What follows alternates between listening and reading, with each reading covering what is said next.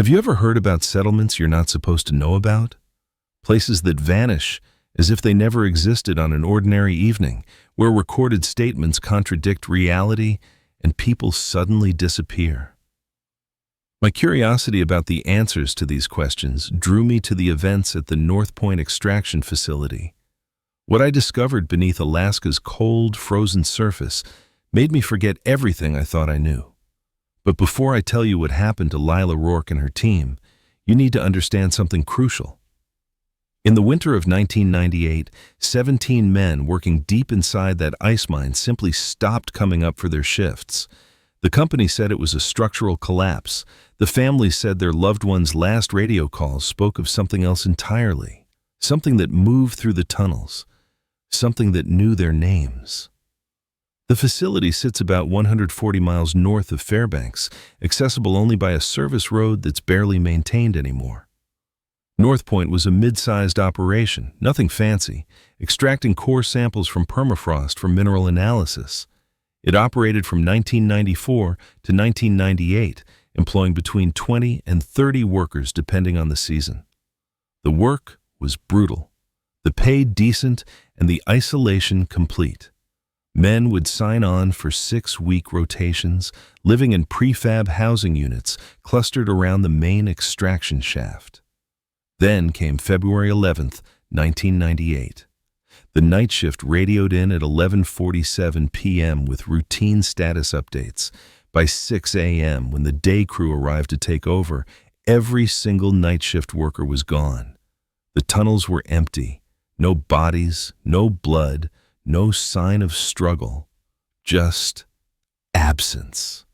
The company's investigation lasted exactly 9 days before they sealed the facility and walked away. Too dangerous, they said. Unstable ice formations, they said. Liability concerns. The families of the missing workers filed lawsuits that went nowhere. The case files got buried under red tape and corporate lawyers. Within a year, Northpoint Extraction Facility became a ghost story, whispered about in Fairbanks bars, but rarely investigated. That's where Lila Rourke comes in. Lila was a doctoral candidate at the University of Alaska, studying industrial accidents in extreme environments. She'd been fascinated by the Northpoint case since she first encountered it in archived newspaper clippings. Something about the official narrative didn't sit right with her. 17 men don't just vanish. There are always traces, always evidence. She'd spent 2 years filing Freedom of Information Act requests, interviewing retired workers, and piecing together what really happened in those final weeks before the facility closed. By the spring of 2006, she'd assembled enough inconsistencies to justify a field investigation. The university wouldn't fund it officially, too controversial, too much potential liability. But Lila had enough grant money to hire 2 experienced field researchers and make the trip happen. That's how Aaron Malloy and Mason Kellett ended up driving north with her on a gray April morning, their truck loaded with camping gear, recording equipment, and enough supplies for a week-long stay. Aaron was the practical one, a former geological surveyor who'd worked in mining operations across Alaska. He knew the terrain, knew the risks, and made it clear from the start that he thought this whole expedition was questionable at best. He was 43, weathered by years of outdoor work, with a skeptical streak that made him question everything. But he also had a mortgage and 2 kids in college, and Lila's offer paid well enough to justify one more trip into the wilderness. Mason was younger, 28, with the kind of enthusiasm that comes from not yet having seen enough to be afraid. He'd done his master's thesis on abandoned infrastructure and jumped at the chance to document a sealed mining facility. He brought 3 cameras, 2 laptops, and enough battery packs to power a small house. If there was something worth recording at Northpoint, Mason was determined to capture it. The drive took them most of the day. They left Fairbanks just after dawn, following the main highway north before turning onto progressively rougher roads. The last 20 miles were barely navigable. The service road rutted and overgrown with brush. Twice that they had to stop to clear fallen branches. The forest pressed in close on both sides, dense spruce and birch that blocked out the sky. Cell service had died hours ago. It was nearly 7 p.m. when they finally spotted the facility through the trees. Lila felt her breath catch as she saw it. The main building was larger than she'd expected, a sprawling industrial structure of corrugated metal and concrete, crowned with a rusted tower that had once housed the primary lift system. Smaller buildings clustered around it like satellites, worker housing, storage sheds, a generator building with its roof partially caved in. Everything was coated in a layer of grime and weather staining, the metal surfaces oxidized to a dull orange-brown. Windows were dark and empty, some broken, others just watching. "Well," Aaron said, killing the engine. "There it is. Home sweet home." Mason was already out of the truck, camera in hand, documenting everything. Lila watched him circle the perimeter, recording footage, taking stills from multiple angles. The kid had good instincts. She'd give him that. He understood the importance of establishing baseline documentation before they went inside. The temperature was dropping fast as the sun sank toward the horizon. Lila zipped her parka higher and approached the main building's entrance. The door was secured with a chain and padlock, but Aaron made short work of it with bolt cutters. The chain clattered to the ground with a metallic finality that seemed too loud in the silent clearing. "After you," Aaron said, gesturing to the door. Lila pulled it open. The hinges shrieked in protest, and a gust of stale air rolled out from inside. Cold, musty, tinged with something chemical she couldn't quite identify. She clicked on her headlamp and stepped across the threshold. The interior was exactly what you'd expect from an abandoned industrial site. Decay and neglect, everything coated in dust. The main entrance opened into a wide corridor with offices branching off to either side. Paper littered the floors, scattered by wind that had blown through broken windows. File cabinets stood open, their contents long since destroyed or scattered. Desks remained at their stations, some still holding coffee mugs and desk calendars frozen at February 1998. "Jesus," Mason whispered, his camera's light sweeping across the scene. "It's like everyone just walked away mid-shift." But Lila was focused on something else. There, on the wall beside the main corridor, was a schematic map of the facility. She studied it carefully, tracing the layout with her finger. The administrative offices occupied the surface level. Below that, 3 levels of tunnels extended into the permafrost, radiating out from a central shaft. The lowest level, marked Sub-Basement C, showed a cluster of rooms labeled simply Observation. "That's where we need to go," she said, tapping the map. Sub-Basement C. That's where the night crew would have been working when they disappeared. Aaron frowned. "You're talking about going 3 levels down into unstable ice tunnels that haven't been inspected in 8 years. "That's exactly what I'm talking about." "Lila, that's insane. We don't know what's down there. Could be flooded, could be collapsed, could be the only place we'll find answers." Lila interrupted. "Look, we didn't come all this way to photograph empty offices. The real story is down there. You know it, I know it." Aaron and Mason exchanged glances. Finally, Aaron sighed. "All right, but we take it slow. We test every surface before we put weight on it, and at the first sign of instability, we're out. Deal?" "Deal."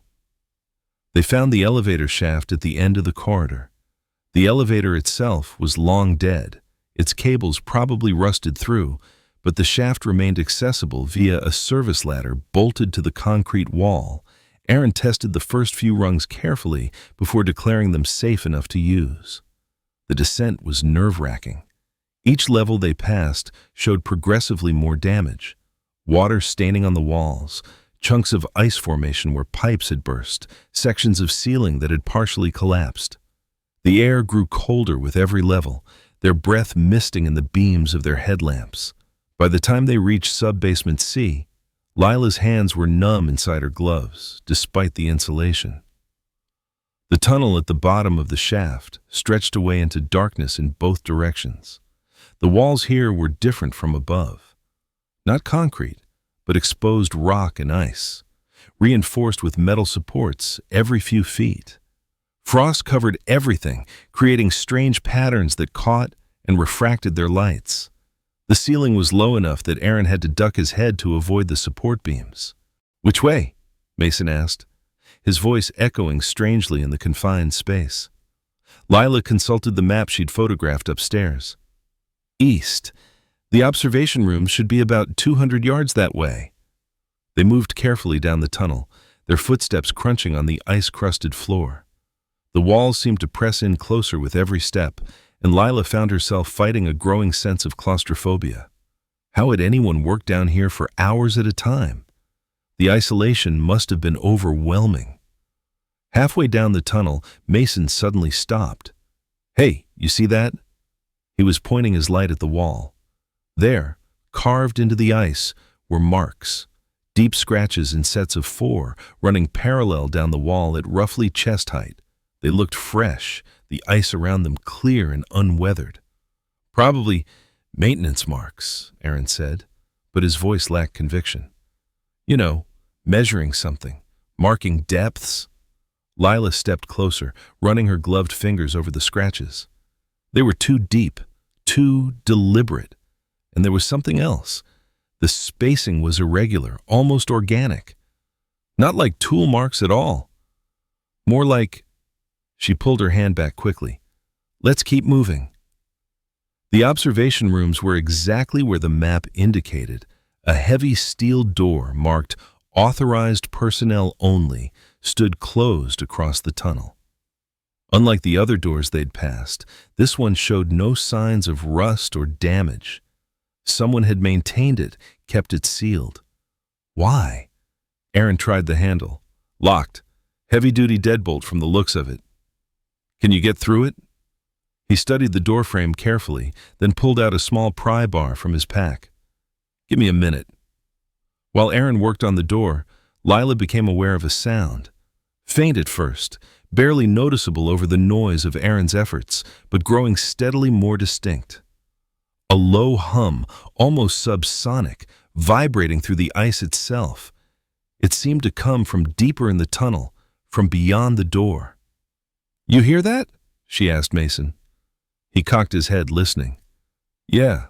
What is that? Generator? Can't be. There's no power down here."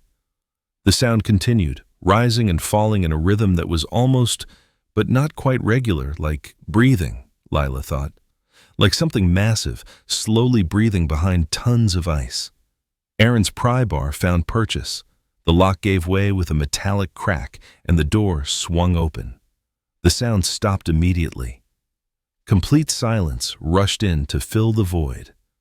"That's not ominous at all," Mason muttered.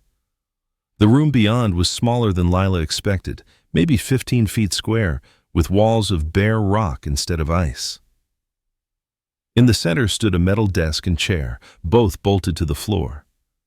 The desk held an old CRT monitor, its screen dark, and beside it sat several logbooks bound in water-stained leather. But it was the wall behind the desk that made Lila's breath catch.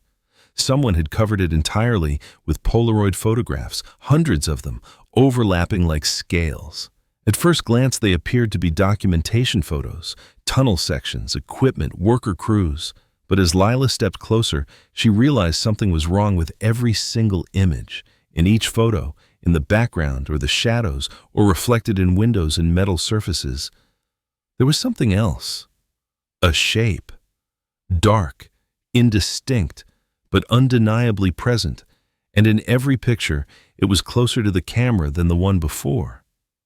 "Holy shit," Mason whispered. He was already photographing the wall, his camera's shutter clicking rapidly. Lila picked up the top logbook and opened it to the first page.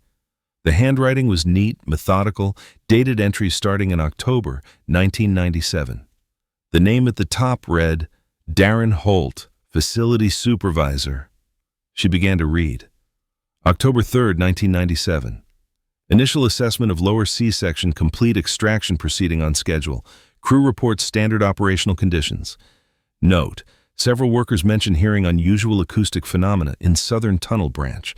Likely explanation, ice expansion creating resonance effects in confined space. Monitoring situation. October 17, 1997. Acoustic anomalies continue. Workers describe sounds as knocking or scratching coming from tunnel walls. Structural analysis shows no compromise. All support beams secure. Have increased inspection frequency as precaution. October 31, 1997.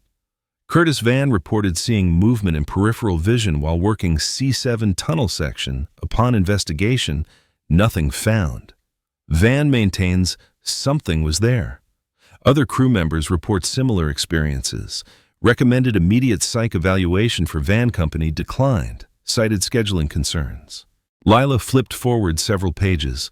November 28, 1997. Situation deteriorating. Multiple crew members now reporting visual phenomena. Describe seeing shadows that don't correspond to light sources, movement in sections of tunnel that should be empty. Yesterday. Aaron Malloy swore. Something touched his shoulder while he was alone in equipment room. Found no evidence of intrusion. Crew morale declining rapidly. Lila's blood ran cold when she saw that name. Aaron Malloy. She looked up at her field researcher, who was examining one of the photographs. Same name. Coincidence? Had to be. Alaska wasn't that small. But then she remembered. Aaron had said he'd worked in mining operations across Alaska. Had he ever mentioned Northpoint? She tried to recall their initial conversations but couldn't remember clearly. Aaron, she said slowly, have you ever worked at this facility before? He didn't turn around. No. You're sure? I said no. His voice was flat, final. Something in his tone made Lila's scalp prickle. She looked back down at the logbook, finding her place. December 12, 1997. Lost contact with Mason Kellett for 4 hours during night shift. He was working alone in southern branch of sea level. When he finally emerged, could not explain where he'd been or why he didn't respond to radio calls. Appeared disoriented, kept saying he'd been following the sound. Found him 3 tunnels away from assigned position.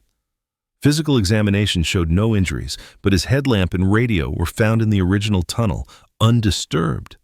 How did he navigate in complete darkness?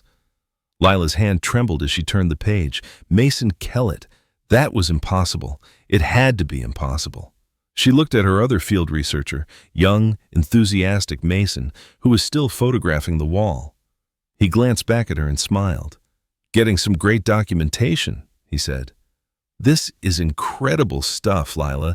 This could make your whole dissertation. His voice sounded wrong, not quite the same as it had been earlier. Or had she just not noticed before? January 9th, 1998. We're not alone down here. I don't know what else to say. I've documented everything, taken every precaution, followed every protocol. None of it matters. Whatever is in these tunnels, it's been here longer than the facility. Longer than the company. Longer than us. It knows our names. I heard it call mine last night. Sounded exactly like Curtis, but Curtis was topside in his bunk, I checked. When I turned around, something was standing in the tunnel behind me. Just for a second. Then it was gone. The company won't listen. They say I'm stressed, overworked, imagining things. They don't understand. It learns. Every day it's better at mimicking us. Yesterday, Lila Rourke swore she saw herself walking past her door. Same clothes, same hair, same everything. But she was alone in her room when it happened. Lila dropped the logbook. It hit the metal desk with a clang that seemed to echo forever. What's wrong? Aaron asked. He was standing right behind her now. She hadn't heard him approach. This can't be real, she whispered. These entries. They're about us. They're using our names from 8 years before we got here. Mason walked over, curious. Let me see. But Lila couldn't move. She was staring at the final entry in the logbook, dated February 10th, 1998. Tomorrow is the end. I can feel it. The night shift is going down for their last rotation, and something is waiting for them. It's been waiting since we first broke through into that deeper section, since we disturbed whatever was sleeping in the ice. I tried to warn them, tried to make them understand. But how do you explain that the tunnels are alive? That they watch you? That they're learning to wear our faces? If you're reading this, you came looking for answers. I'm sorry. There are no answers that will help you. Only this: don't trust what looks like your friends. Don't trust what sounds like their voices. And whatever you do, don't go any deeper. The observation room is as far as I got. I won't see what's beyond. It's calling to me now. Sounds like my daughter. But she's thousands of miles away. I know that. I know that. Don't come down here. Don't. The entry ended mid-sentence, the pen trailing off the page in a long scratch. Lila? Mason's voice. But when she looked up, his face was wrong. The proportions were slightly off, the smile too wide, the eyes reflecting the headlamp light at an angle that shouldn't be possible. We should go, Aaron said from somewhere in the darkness behind her. We should go right now. But Lila couldn't look away from Mason. From the thing that looked like Mason.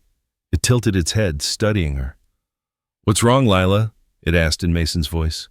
You look like you've seen a ghost. From deeper in the tunnels came that sound again, that low, subsonic hum. But now she could hear it clearly. Not one sound, but dozens, hundreds, all slightly out of sync, creating a chorus that rose and fell like waves, like voices, trying to remember how to speak. Aaron's hand closed around her wrist. His grip was ice cold even through her glove. Time to leave, Lila. Time to leave right now. The thing that looked like Mason took a step closer. Behind it, in the tunnel opening, other shapes were emerging from the darkness. Familiar shapes. The faces of the 17 workers who disappeared in 1998, unchanged by time, smiling with mouths that had too many teeth. And behind them, moving in the ice itself, something vast and ancient stirred awake. Lila ran. The service ladder was a blur beneath Lila's hands as she climbed.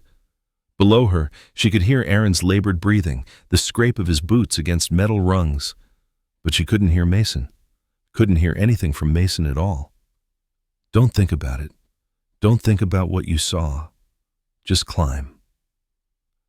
Her headlamp beam swung wildly with each movement, casting jerking shadows across the shaft walls. The metal supports blurred past, sub-basement B, sub-basement A, ground level getting closer but still so far away. Her arms screamed with effort, muscles burning from the frantic ascent, but stopping meant facing whatever was following them up from the depths. Behind her, Aaron made a strangled sound. Not quite a scream, but close. Don't look down, Lila gasped. Whatever you do, don't look down. But she did. She couldn't help herself. The shaft below was filled with movement, shapes climbing up the walls themselves, defying gravity, moving with an insect-like skittering that made her stomach lurch, and their faces. God, their faces kept shifting. One moment they looked like the missing workers from the photographs. The next, they resembled Aaron, Mason, even herself. Dozens of Lilas staring up with empty eyes, mouths open in silent screams or impossible smiles. Her hand slipped on the next rung. For one heart-stopping moment, she dangled by one arm, feet swinging free over the void. The things below surged upward, closing the distance. She could see them clearly now in her wildly swinging headlamp beam, bodies that were almost human, but fundamentally wrong, joints bending at angles that defied anatomy, fingers too long and ending in points that dug into the concrete shaft walls like ice picks. Aaron grabbed her jacket, hauling her back against the ladder. Move! Move! They scrambled upward with renewed desperation. The ground-level access door was just above them now, hanging open like a gateway to salvation. Lila's hand closed around the edge, and she pulled herself up and through, rolling across the dusty floor of the main corridor. Aaron came up right behind her, and together they slammed the shaft door closed. It was a flimsy barrier, just sheet metal on a simple hinge. But the moment it shut, the sounds from below cut off completely. Absolute silence rushed in to replace the skittering, scraping chaos of seconds before. They lay on the floor, gasping for air, staring at the closed door, waiting for it to burst open, waiting for those things to come pouring through. Nothing happened. Seconds stretched into minutes. The only sound was their own ragged breathing and the thud of Lila's heart in her ears. Slowly, carefully, she pushed herself up to sitting position. Her entire body trembled with adrenaline. "What the hell was that?" Aaron whispered. His face was pale, eyes wide with shock. "What the hell were those things?" "I don't know." Lila's voice came out hoarse. She fumbled for her water bottle, took a long drink with shaking hands. "But those names in the logbook, Aaron Malloy, Mason Kellett. Aaron, have you really never worked here before?" He shook his head violently. "Never. I swear to God, never. I'd remember a place like this." "Then how?" "I don't know." He ran both hands through his hair, pulling at it. "Maybe it was different people with the same names. Alaska's not that big. People move around, work different sites." But even as he said it, neither of them believed it. The coincidence was too perfect, too precise. Those names weren't random. Somehow, whatever was in those tunnels had known they were coming years before they arrived. Lila looked around the corridor. The main entrance was at the far end, maybe 100 feet away. She could see daylight through the broken windows, the sun setting, painting everything in deep orange and purple. Their truck was just outside. Safety was so close. "Where's Mason?" Aaron asked suddenly. The question hit Lila like a physical blow. She'd been so focused on escaping, on getting away from those things in the shaft, that she'd forgotten about the third member of their team. Mason had been right there in the observation room, photographing the wall of Polaroids. Then he'd turned around and his face was wrong, and "He didn't follow us," she said slowly. "When we ran, he didn't run. We have to go back for him." "Are you insane? Did you see what was down there?" "He's part of our team, Lila." Aaron was on his feet now, pacing. "We can't just leave him in those tunnels. If he's still alive, if there's any chance—" "That wasn't Mason at the end," Lila interrupted. "You saw it too. Something was wrong with him. His face, his voice, the way he moved." Aaron stopped pacing. He stared at her, and she watched the memory replay behind his eyes. The thing that looked like Mason, tilting its head at that impossible angle, smiling with too many teeth. "Maybe we were just panicking," he said weakly. "Maybe the fear made us see things that weren't." A sound echoed down the corridor. Footsteps, slow, measured, coming from the direction of the elevator shaft. They both froze. The footsteps continued, growing closer. Then a figure emerged from the shadows near the shaft door. It was Mason. Or looked like Mason. Same jacket, same camera bags slung over his shoulder. He walked with his usual casual gait, hands in his pockets, completely calm. "Hey guys," he called out. "What happened? You ran off so fast I couldn't keep up." He sounded exactly like Mason. Not the wrong voice from the observation room. This was perfect. Every inflection, every casual tone, completely identical to the real thing. Aaron took a step forward. "Mason, is that really you?" "Of course it's really me. Who else would I be?" Mason laughed, but the sound echoed strangely in the empty corridor. "Come on. We should get the rest of the documentation. I didn't get nearly enough photos of that observation room. The wall of pictures alone could be a whole chapter in your dissertation, Lila." Lila's hand moved slowly to the knife sheathed at her belt. "Mason, what did you say to me this morning, when we first saw the facility?" The figure that looked like Mason cocked its head. "This morning? I don't know. Probably something about the documentation." "Why?" "You said home sweet home," Aaron interrupted. His voice was steady now, certain. "That was me. I said that when we first got here, Mason. What were the actual first words you spoke when you saw the facility? Mason, the thing wearing Mason's face, stood completely still. For a long moment it didn't move, didn't even seem to breathe. Then, slowly, it smiled. That same too wide smile from the observation room, stretching Mason's features into something that hurt to look at. "You're smarter than the others," it said. The voice was still Mason's, but layered now, as if multiple people were speaking in unison. "Most of them never notice until it's too late. Most of them follow us right back down into the dark."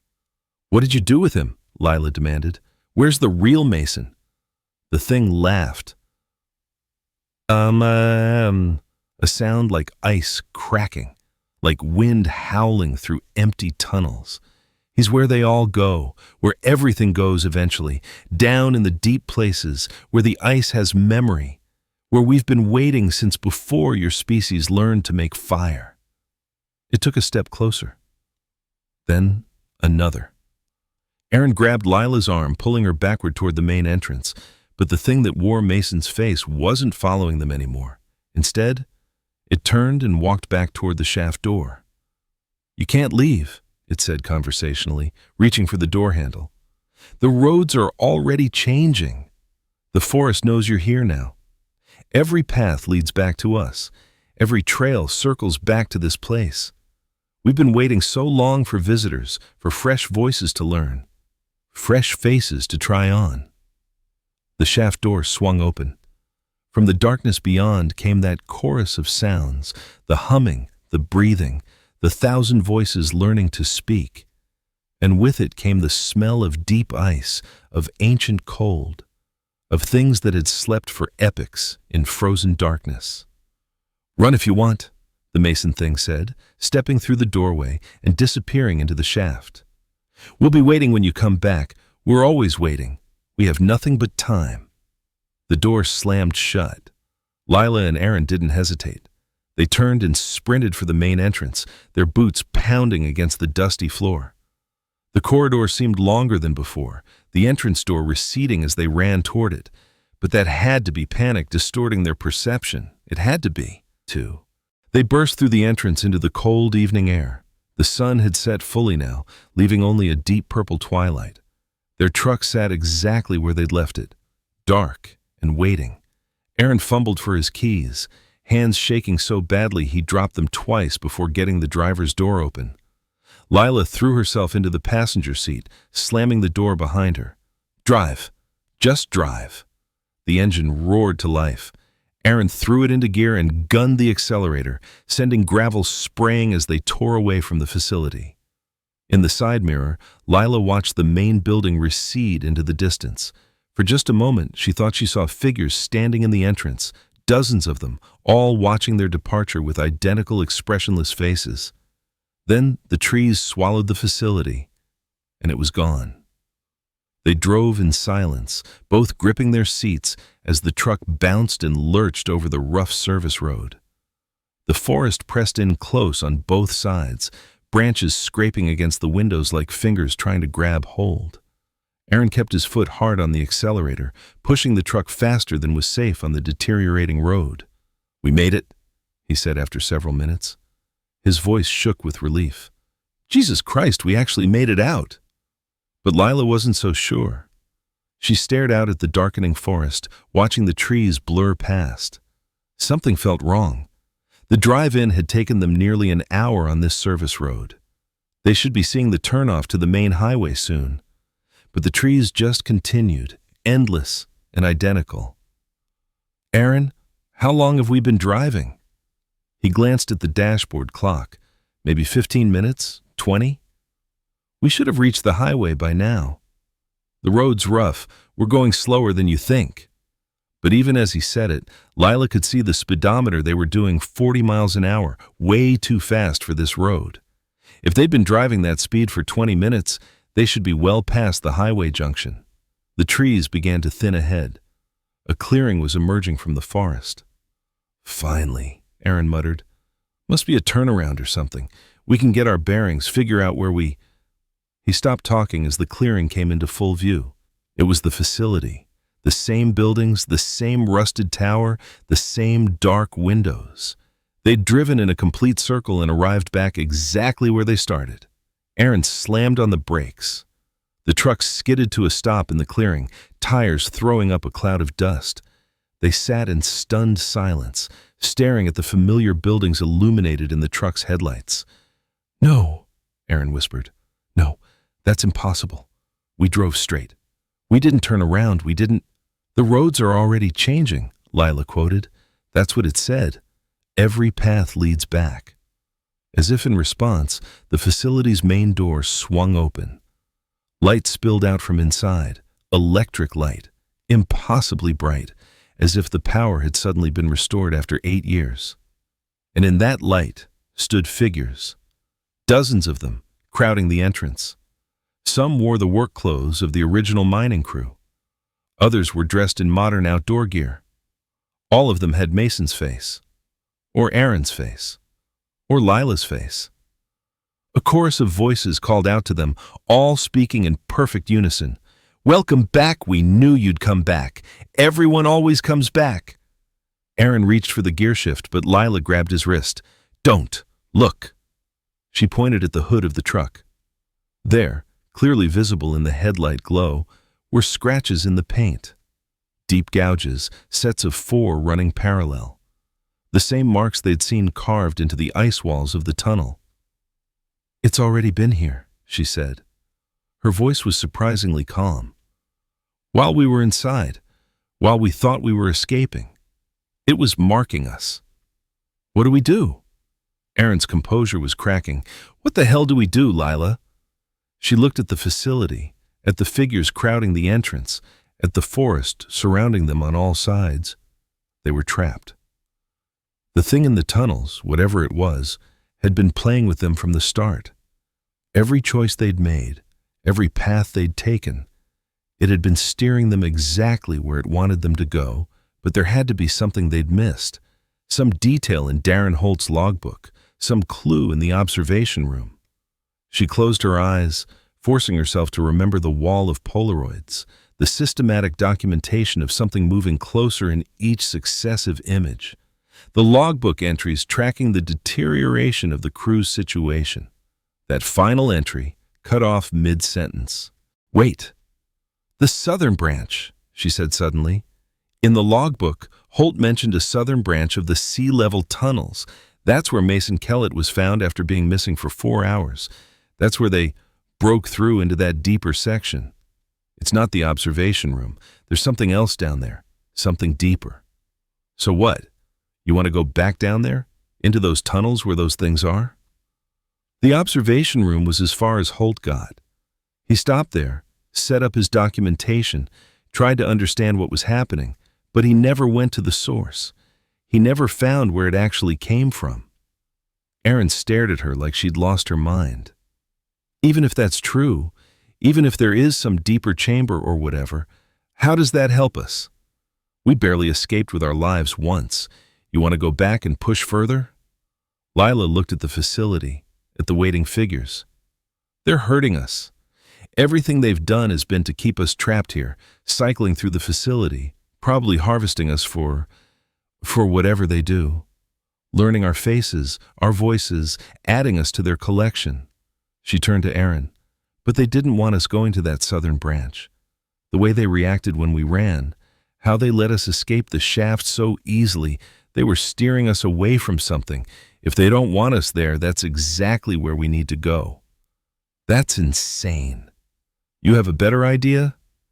Aaron looked at the facility, at the forest, at the scratches on the truck. His jaw tightened. "I hate that you're right."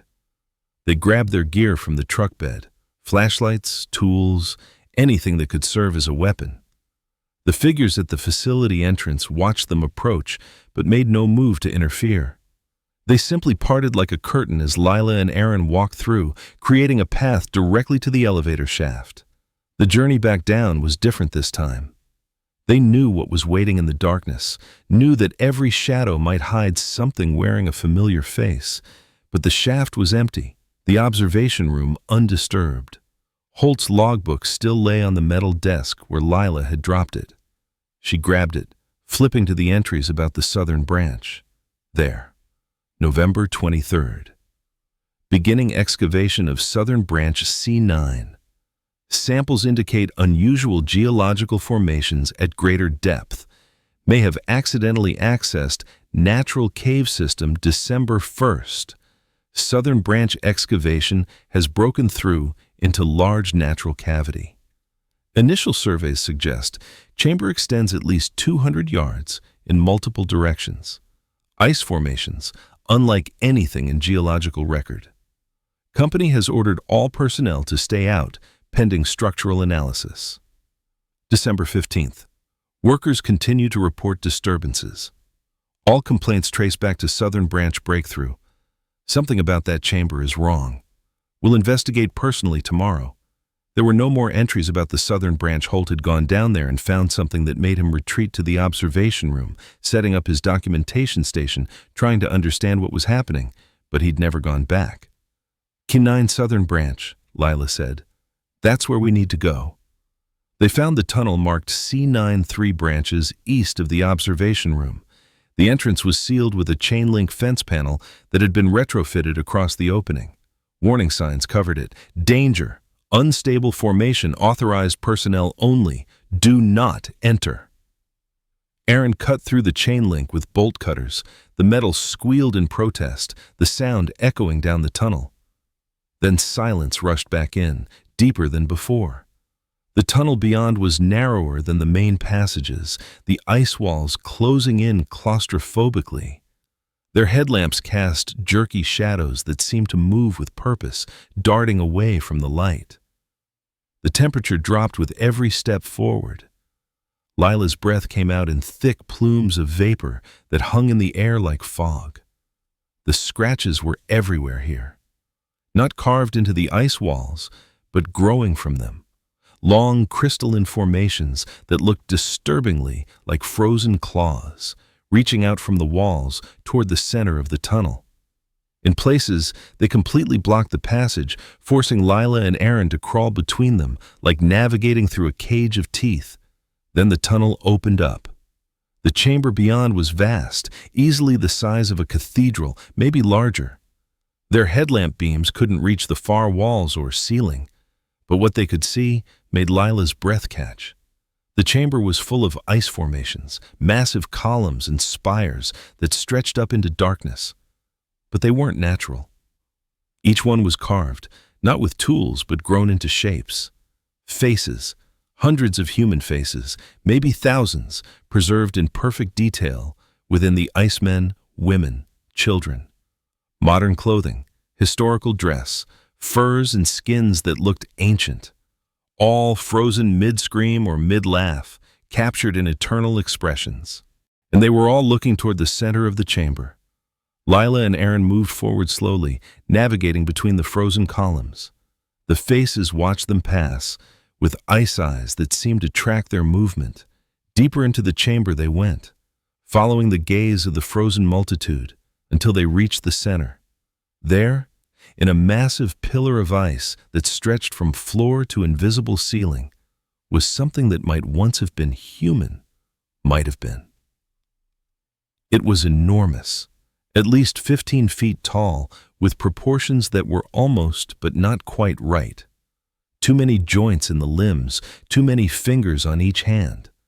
A face that had too many features, as if multiple faces had been layered over each other, eyes and mouths appearing wherever there was space. It was perfectly preserved in the ice, every detail visible, and it was looking directly at them. No, not at them, past them. Its many eyes were focused on the tunnel entrance behind them, waiting, always waiting. Around the base of the pillar, carved into the ice floor, were symbols, not the crude scratches they'd seen elsewhere, but intricate glyphs that formed concentric circles around the frozen figure. Lila recognized them from indigenous art she'd studied. Tlingit, maybe, or some older culture whose name had been forgotten.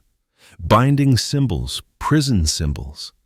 This thing had been deliberately trapped here, sealed away by people who'd lived and died thousands of years ago. They drilled right into it, Aaron whispered. The mining company. They broke the seal. And now it was free, or at least its awareness was free. The ice still held its physical form, but its consciousness had been released to roam the tunnels, learning from every person who entered, growing stronger with every face it copied, every voice it mimicked, waiting for enough people to come so it could learn to fully recreate humanity, to craft a perfect disguise. And then, Lila didn't want to think about what came after. We need to reseal it, she said. The symbols, they were meant to bind it. If we can repair the seal, with what? Aaron gestured at the cracked ice around them. We don't have the knowledge. We don't have the tools. We're not ancient shamans, Lila. We're just researchers who got in way over our heads. He was right. They couldn't fix this. Couldn't undo what the mining company had done when they broke through into this chamber. The thing in the ice had been contained for millennia, and now it was free to harvest faces from anyone who entered Northpoint Facility, free to perfect its mimicry until it could walk out into the world wearing whatever face it chose. A sound echoed through the chamber. Footsteps, dozens of footsteps, coming from the tunnel they'd entered through. We need to leave, Aaron said urgently. Right now. But Lila was staring at the symbols on the floor, her mind racing. She couldn't repair the ancient binding, but maybe she didn't need to. Maybe there was another way to trap it.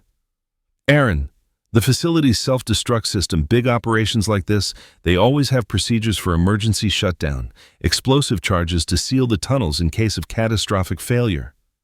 You want to blow up the facility? Lila, we're inside the facility. If we collapse the tunnels, seal every entrance, we trap everything in here. It can't get out, can't learn from anyone else, can't perfect its disguise. We'd be sealing it inside its own prison. The footsteps were getting closer. Through the columns of frozen faces, Lila could see movement, figures emerging from the tunnel, dozens of them, all wearing familiar faces, all moving toward them with that same impossible skittering motion. Aaron grabbed her arm. Run now. Debate later. Move. They ran deeper into the chamber, weaving between the ice columns. Behind them, the pursuing figures split up, surrounding them, cutting off escape routes. Their voices echoed through the massive space, calling out in perfect mimicry of loved ones, friends, colleagues, 1,000 voices from 1,000 stolen moments, all used as bait to lure them back into waiting arms.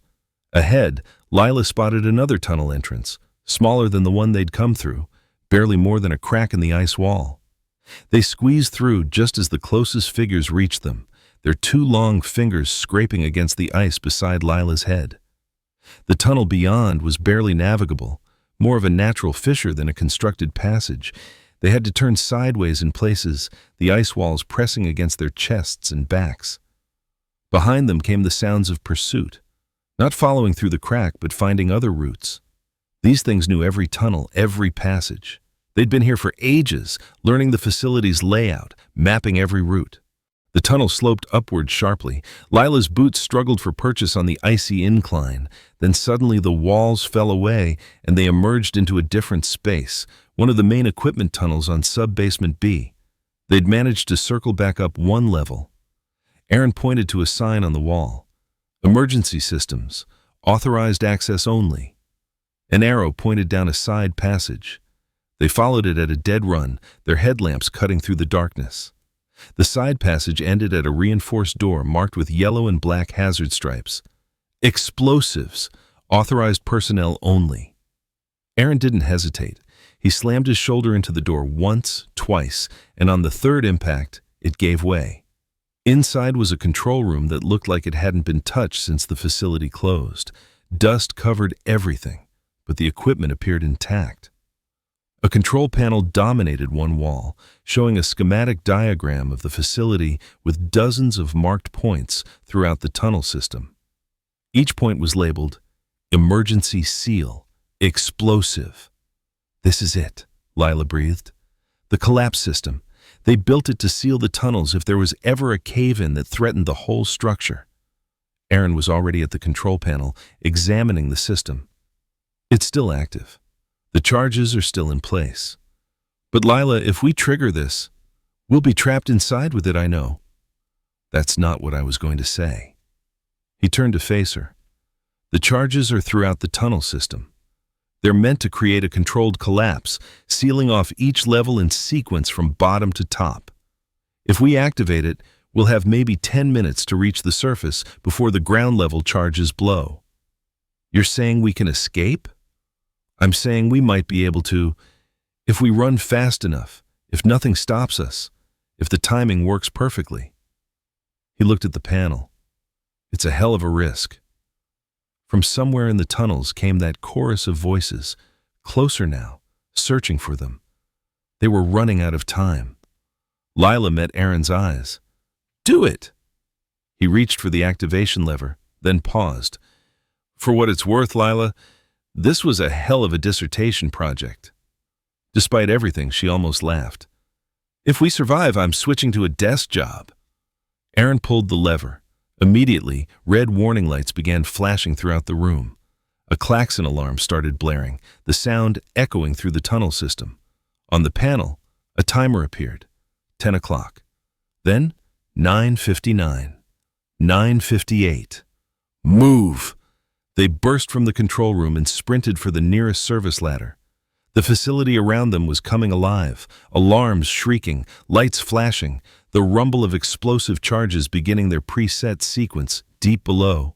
The sound was like thunder trapped underground, rolling through the ice. Behind them, the pursuing figures had stopped. They stood in the tunnels, motionless, their heads all turned toward the source of the alarms. Then, as one, they turned toward Lila and Aaron and screamed. It wasn't a human sound. It was the shriek of ice breaking, of ancient cold given voice, of rage trapped for millennia finally finding expression. The sound physically hurt, making Lila's ears ring and her vision blur. But they couldn't stop, couldn't slow down. They reached the ladder and climbed with desperate speed. Below, the first charges detonated. The shaft shook violently, chunks of concrete and ice raining down. The ladder swayed beneath their hands, bolts pulling loose from the wall. Lila's boots slipped on the rungs, but she caught herself, kept climbing, arms and legs moving on pure adrenaline. Sub-basement A. The doors were sealed, welded shut from the outside. No way through.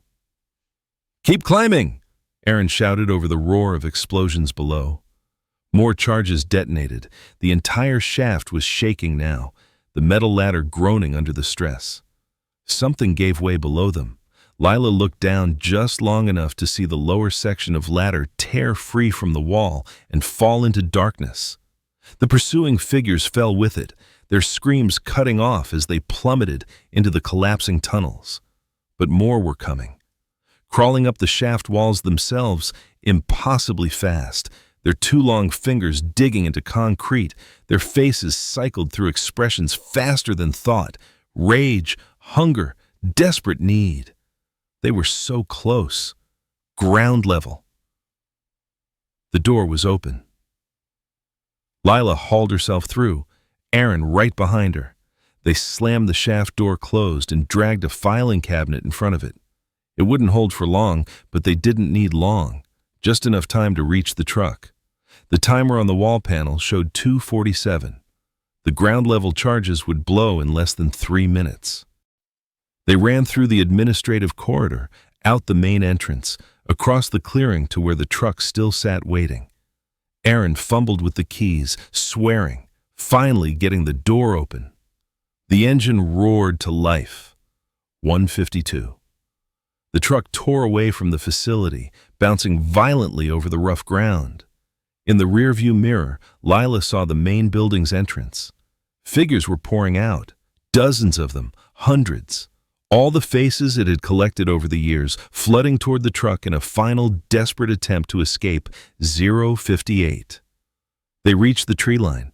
The service road stretched ahead, dark and winding. 0:30. Come on, Aaron muttered, foot pressed to the floor. The truck's speedometer climbed, 40, 50, 60 miles per hour, way too fast for this road, but not fast enough. 0:15. The trees blurred past. Behind them, the facility was still visible through gaps in the forest, lit up by emergency lights. 0:05. Hold on to something, Aaron screamed. The ground-level charges detonated. The explosion turned night into day. Lila felt the shockwave hit the truck, lifting the back wheels off the ground. Aaron fought the steering wheel, somehow keeping them from flipping. Trees ahead of them toppled like dominoes from the blast wave, crashing across the road. Aaron swerved around them, over them, through them, the truck's undercarriage scraping and grinding. Then they were clear. The explosion faded behind them, the facility collapsing into the massive crater left by the underground detonations. The entire structure folded in on itself, metal and concrete and ice crushing down into the sealed tunnels, burying everything, trapping it all beneath tons of rubble. They drove for another hour in complete silence before Aaron finally pulled over. They sat in the idling truck, shaking, unable to process what they'd just survived. "Mason," Lila finally said. "We never found him. The real him." Aaron was quiet for a long moment. "I don't think there was anything left to find that thing, whatever it was. I think it consumed him. Took everything he was and added it to itself." Lila thought about the faces frozen in the ice, the thousands of people trapped in that ancient chamber. How long has it been there? How many people has it taken over the centuries? Does it matter? It's buried now, sealed. No one else will find it. But Lila wasn't so sure. She thought about the logbook, about how Darren Holt's entries had known their names years before they arrived, about how the thing in the ice seemed to exist outside normal time, its awareness spreading through past and future like cracks through ice. Was it truly trapped? Or was this just another part of its pattern? Another iteration in an endless cycle? Would someone else find that location decades from now, start drilling again, break through the rubble and into the chamber below? She looked at Aaron. He was staring out at the dark forest, his face haggard in the dashboard light. "We can't tell anyone the real story," he said quietly. "They'd think we're insane, or they'd go investigate, and the whole thing starts over. So what do we say? That we surveyed the facility, found it structurally unsound, and barely escaped when part of the tunnel system collapsed. That we lost Mason in the collapse. Tragic accident. Recommendation? Seal the site permanently, mark it as hazardous, and move on." It felt like a betrayal. Of Mason, of the truth, of everyone who'd been taken by that thing over the years. But Aaron was right. Bringing attention to Northpoint would only lead more people to that chamber, more victims for the thing in the ice to learn from. "I hate this," Lila whispered. "I know." They drove back to Fairbanks as dawn broke over the mountains. Behind them, somewhere deep beneath collapsed tunnels and shattered ice, something ancient stirred in its prison, dreaming of faces. Learning to wait. The official investigation took 3 weeks. Lila and Aaron gave their statements separately, then together, then separately again. Alaska State Troopers, mining safety inspectors, university representatives, everyone wanted to hear about the tragic accident that had claimed Mason Kellett's life. They told the story exactly as they'd agreed. Structural instability, sudden collapse, desperate escape. Mason had been in the wrong section of tunnel when it came down. They'd barely made it out themselves. The investigators found the collapsed facility exactly as described. Satellite imagery showed the massive crater where the main structure had been, the surrounding area devastated by what they concluded was a catastrophic failure of the tunnel support system, possibly triggered by recent seismic activity in the region, possibly by decades of accumulated stress. Either way, the site was deemed a total loss and extremely hazardous. Within a month, the state had erected warning signs around the perimeter and officially classified Northpoint as a contaminated industrial site. No trespassing, no salvage operations, no investigation. The whole area was to be left undisturbed. Mason's parents flew up from Seattle for a memorial service. There was no body to bury, so they held it at the university chapel, with photos of their son smiling at the camera, young and excited about his research. Lila sat in the back row and didn't cry. She couldn't. Every time she looked at Mason's face in those photographs, all she could see was that thing in the observation room, wearing his features like a mask, tilting its head at impossible angles, smiling with too many teeth. His mother hugged Lila afterward. "Thank you for being with him at the end," she said through tears. "I'm glad he wasn't alone." Lila nodded, unable to speak, because Mason had been alone, completely alone in those tunnels with something that had consumed him piece by piece, learning his voice, his mannerisms, his face. She and Aaron had run away and left him there, left whatever remained of him trapped in the ice. The guilt was crushing. Aaron handled it differently. He stopped sleeping. Lila would see him at odd hours around the university, haunting the library at 3 a.m., drinking coffee in the cafeteria before dawn. When she finally asked him about it, he just shook his head. "When I sleep, I dream about the tunnels," he said quietly. "I dream I'm still down there and every face I see is mine." They didn't talk about what really happened. Couldn't talk about it. Who would believe them? An ancient creature trapped in ice, stealing faces, learning to mimic humanity? It sounded like the plot of a bad horror movie. The evidence was buried under tons of rubble, and even if someone believed them enough to investigate, what would they find? Just collapsed tunnels and destroyed equipment. So they stayed silent and tried to move on with their lives. Lila abandoned her dissertation on industrial accidents, started over with a new topic, something safe and distant about forestry management practices. Nothing that would take her back into abandoned facilities, nothing that would require fieldwork in isolated locations. She'd spend the rest of her career behind a desk, and she was fine with that. Aaron left academia entirely, took a job with an oil company doing remote surveys via satellite imagery. He could do the work from his apartment in Anchorage, never setting foot in the wilderness again. Lila heard through mutual friends that he'd started drinking heavily, that he'd lost weight, that he'd broken up with his girlfriend because she couldn't handle his nightmares. The nightmares never stopped for either of them. 6 months after Northpoint, Lila was sitting in a coffee shop near campus when her phone rang. Unknown number, Alaska area code. She almost didn't answer, but something made her pick up. "Hello?" Silence on the other end. Not dead air. She could hear breathing, slow, measured breathing that didn't quite match human rhythm. "Hello?" she repeated, her hand suddenly shaking. "Lila!" The voice was Mason's, exactly Mason's, down to the slight upward inflection he used when greeting people. "I've been trying to reach you." She dropped the phone. It clattered on the table, still connected, and through the speaker she could hear that voice continuing. "We should finish the documentation. There's still so much to record. So many faces left to learn." Lila grabbed the phone and ended the call. Her heart hammered in her chest. Wrong number. Had to be a wrong number. Someone with a voice similar to Mason's, calling her by coincidence. That was the only explanation. The phone rang again. Same unknown number. She didn't answer. Let it go to voicemail. Then immediately regretted it. What if it had left a message? What if she had to hear that voice again, perfectly mimicking her dead colleague? But when she checked, there was no message, just a missed call notification.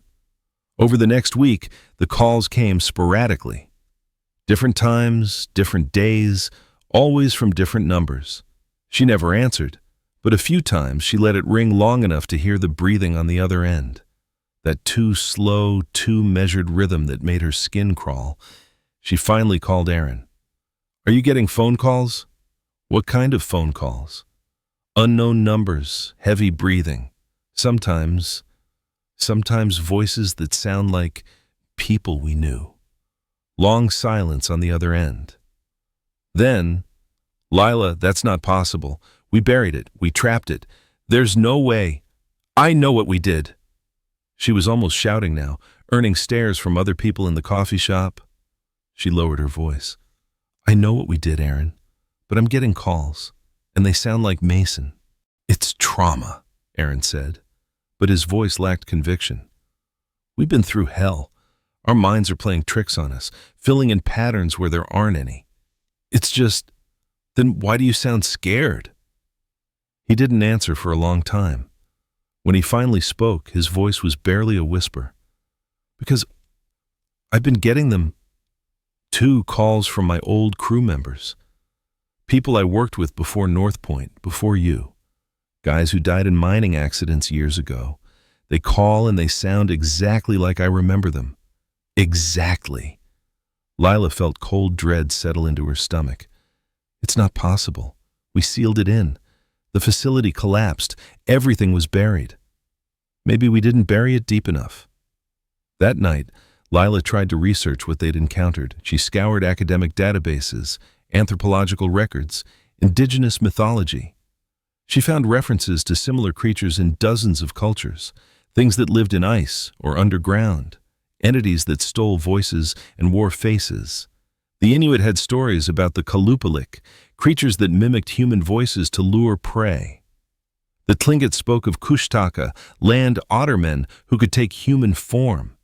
But none of the legends mentioned anything sealed in ice. None described the systematic collection of faces, the learning process, the way it had seemed to exist outside normal time. Whatever they'd found in that chamber beneath Northpoint, it was older than recorded mythology. Older than human civilization. It had been trapped there before people settled Alaska, before the ice sheets formed. Waiting in frozen darkness for something to break the seal and set it free. And they'd done exactly that. The mining company had broken through, released its awareness even though its body remained frozen. And now, somehow, it was reaching beyond the collapsed tunnels, learning to exist in new ways. The phones were just the beginning. 2 weeks later, Lila was walking across campus when she saw him, Mason, standing by the library entrance exactly as she remembered. Same jacket, same camera bag, same casual posture. He was looking at his phone, seemingly waiting for someone. Lila's vision tunneled. Her heart stopped. This couldn't be real. Couldn't be happening. The figure looked up and waved at someone across the quad, then walked toward the library entrance and disappeared inside. Lila stood frozen for a full minute before her legs would move. Then she ran, sprinted across the quad and into the library, scanning the space frantically. Students studied at tables, browsed the stacks, worked at computers. But no Mason. No one who even resembled him. Can I help you? A librarian approached, concerned. You look upset. Did you see? Lila stopped. What could she even say? Did you see the ghost of my dead colleague walk in here? Never mind, I'm sorry. I thought I saw someone I knew. That night, she drove to Aaron's apartment, banged on his door until he answered, looking haggard and half drunk. I saw Mason, she said without preamble. On campus. He was just standing there, and then he walked into the library and vanished. Aaron's face went pale. I've been seeing them too. My old crew members. They show up in crowds, in reflections, always just at the edge of my vision. When I look directly at them, they're gone.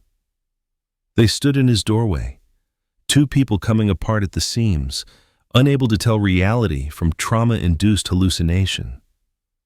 We need to go back, Lila said, to Northpoint. We need to make sure it's really sealed. Are you insane? Lila, that place nearly killed us, and it's buried under a mountain of rubble. There's nothing to go back to. Then why are we seeing things? Why are we getting phone calls? Either we're both losing our minds, or something survived the collapse. Aaron ran both hands through his hair. Even if you're right, and I'm not saying you are, how would we even get down there? The tunnels are destroyed. The entrance is gone. It would take a full excavation team with heavy equipment just to... He stopped. They both realized it at the same time. The southern branch, Lila said. The natural cave system. It extended in multiple directions, remember? Holt's notes said it was at least 200 yards across if the main tunnels collapsed, but that natural chamber survived. Then there might be another way in, Aaron finished. A natural entrance somewhere else in the mountain. They spent the next 3 days studying geological surveys and topographical maps of the region around Northpoint. The cave system had to connect to something. Caves didn't just exist in isolation. There would be other access points, places where the natural formations broke through to the surface. And they found it. A small notation on a 1972 survey map. Cave entrance, unexplored, approx. 2 miles northeast of mining facility. Someone had documented it decades ago and then apparently forgotten about it. This is a terrible idea, Aaron said, staring at the map. Probably the worst idea we've ever had, and that's including going to Northpoint in the first place. I know. We could die down there. Probably will die down there. I know. And even if we make it, what are we going to do? We can't seal a massive cave system with the equipment we have. We can't kill something that's potentially been alive for thousands of years. This is pointless. Lila met his eyes. But we can't keep living like this either, seeing things that aren't there, getting calls from dead people, wondering if every stranger on the street is actually... She couldn't finish the thought. Aaron was quiet for a long time. Then, when do we leave? They left at dawn 2 days later. Different truck this time. Aaron had sold his old one, couldn't stand to drive it after what happened.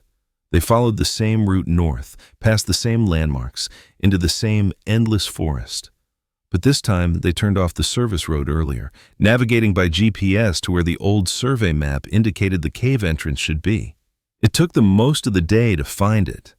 The entrance was small, barely more than a crack in a rocky hillside, hidden by decades of overgrown brush. They had to crawl through on their stomachs for the first 20 feet, the rock pressing claustrophobically close on all sides. Then it opened up. The cave was large but natural, all organic curves and irregular surfaces, so different from the constructed tunnels of the mining facility. Stalactites hung from the ceiling, and their boots crunched on a floor covered in some kind of crystalline formation. The air was cold and still, carrying that same deep earth smell Lila remembered from the tunnels. They clicked on their headlamps and pushed deeper. The cave twisted and branched, forcing them to make choices at each junction. Always they moved south, toward where the mining facility would be, toward the chamber. After 2 hours of navigation, they found the first sign they were on the right track, scratches on the cave wall. The same parallel gouges they'd seen in the tunnels, but here they looked even more organic, as if they'd grown from the rock itself rather than been carved into it. "We're close," Aaron whispered. The cave narrowed again, becoming a tight squeeze. Then suddenly it opened into a space that Lila recognized, the cathedral-sized chamber with its columns of frozen faces. But something was wrong. The ice was melting. Water ran down the columns in steady streams, pooling on the floor. The faces were still visible, but distorted now, their features running like wax. And the central pillar, the one containing that massive ancient form, had cracked. A web of fractures spread across its surface, and through the gaps, Lila could see movement. "Oh, God," Aaron breathed. "It's getting out." The thing in the ice was definitely moving now. Slowly, incrementally, but unmistakably. One of its too many arms had shifted position. Its layered faces were cycling through expressions. All the faces it had learned over the millennia, flowing across its features like a slideshow. Lila saw Mason's face appear for a moment. Then her own. Then Aaron's. Then dozens of others she didn't recognize. "The collapse," Lila said. "When we blew the charges, the heat from the explosions must have transferred through the rock, started melting the ice. We didn't trap it. We freed it." Around them, the columns of faces were cracking too. The ice forms of all the people it had taken over the centuries were breaking apart, their preserved expressions finally released from frozen imprisonment. Some of them looked relieved, others looked terrified. And from the shadows at the edge of the chamber, things were emerging. The same entities they'd fled from before, wearing stolen faces, moving with that inhuman skittering gait. But there were more of them now. Many more, as if each crack in the ice released another fragment of the thing's awareness, another piece of its distributed consciousness. "We need to run," Aaron said. But his voice was flat, defeated. They both knew there was nowhere to run to. The entrance was too far, too many twists and turns. These things knew the caves perfectly. Lila stared at the cracking central pillar, at the ancient thing slowly working itself free. In maybe an hour, maybe less, it would break completely loose. And then what? Would it stay in these caves, or would it walk out into the world wearing whatever face it chose? She thought about the phone calls, the sightings on campus. It was already learning to exist beyond the ice, sending fragments of itself out through electronic signals, through human memory and perception. When its physical form fully escaped, there would be nothing to stop it. Unless... "Aaron," she said quietly, "you still have your lighter?" He patted his pockets, pulled out a battered Zippo. "Yeah, why?" Then he understood. "Lila, no. We'd need something flammable, something that would burn hot enough to..." She was already shrugging off her backpack. "We brought camping supplies, propane canisters for the stove, extra fuel bottles, emergency flares." She met his eyes. "It won't be enough to kill it, but it might be enough to refreeze it. Reset the seal."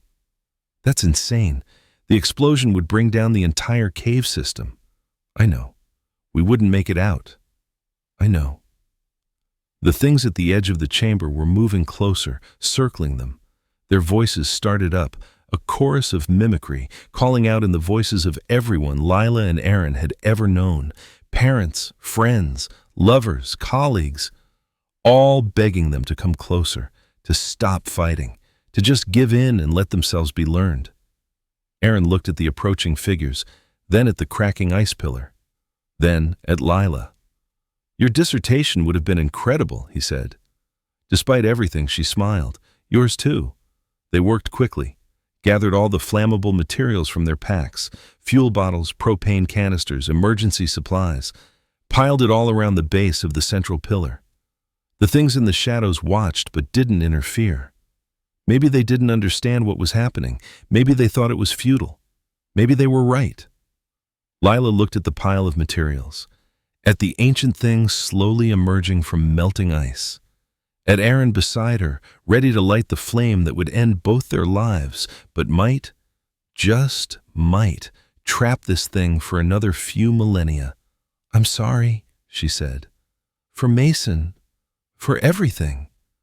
"Me too." Aaron flicked the lighter. The flame caught immediately.